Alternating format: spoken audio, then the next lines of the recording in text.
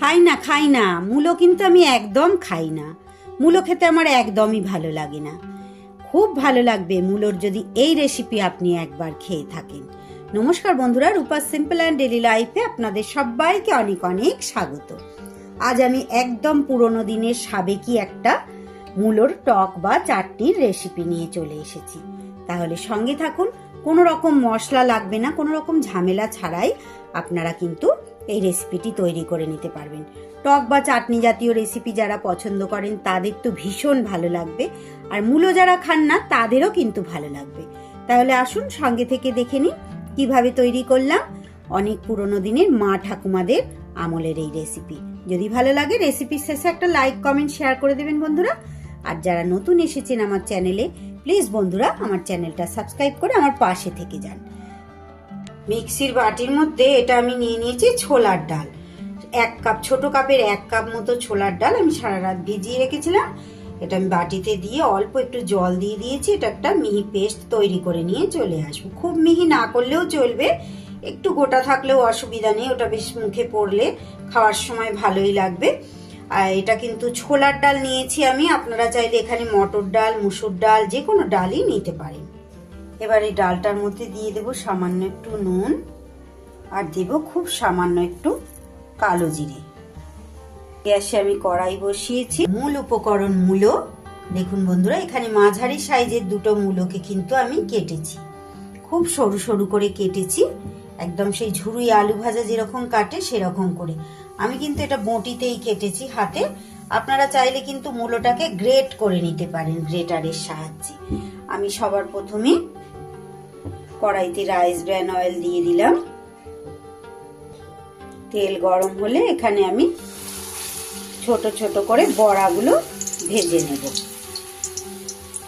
ডালের বড়া না করে বন্ধুরা, এই জায়গায় যদি আপনাদের ডালের বড়ি থাকে, মানে বিউলির ডালের বড়িটা এতে খেতে ভালো লাগবে না। যদি মুসুর ডালের বা মটর ডালের বড়ি কিনতে পাওয়া যায় না, কেনা বড়ি যদিও আমার তো একদমই ভালো লাগে না, কিন্তু উপায় না থাকলে তো কেনাই খেতে হয়। সবাই তো আর বড়ি দিয়ে রান্না করে দিতে জানা থাকলেও সবার সময় হয় না।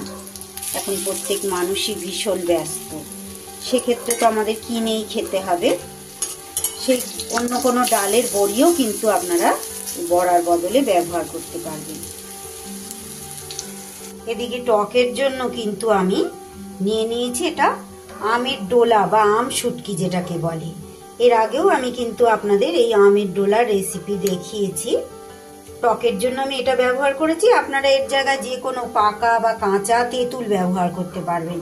সবার পক্ষে তো আর এইটা সংগ্রহ করা সম্ভব না, সেক্ষেত্রে তেঁতুলটা এরকম ভিজিয়ে কাঁচ বার করে নেবেন। আর ডোলার মধ্যে যেহেতু প্রচুর নুন থাকে, তাই আমি এটা জলে ভিজিয়ে রেখেছি। এটা জলটা কিন্তু ব্যবহার করব না, শুধু এই ডোলাটাই দিয়ে দেব।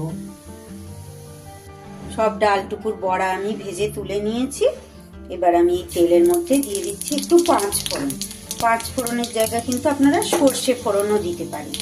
টকে কিন্তু 5 ফোড়ন সর্ষে ফোড়ন দুটোই কিন্তু ভালো লাগে খেতে। ফোড়নটা গন্ধ বেরোলে সুন্দর। এবার দিয়ে দেব মূলোগুলো। মূলোগুলো যদি আপনারা একটু মোটা কাটেন, সেক্ষেত্রে কিন্তু সিদ্ধ হতে দেরি হবে। দিয়ে দেব নুন, দিয়ে দিচ্ছি পরিমাণ মতো হলুদ গুঁড়ো। যেহেতু মূলো মানেই কিন্তু জল আছে, নুন দেওয়ার সাথে সাথে কিন্তু আবারও জল বেরোচ্ছে।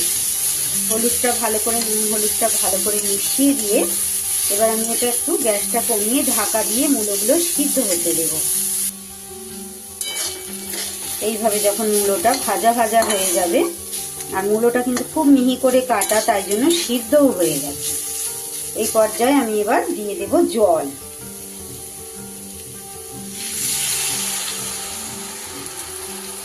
কিছুটা পরিমাণ জল আমি দিয়ে দিলাম।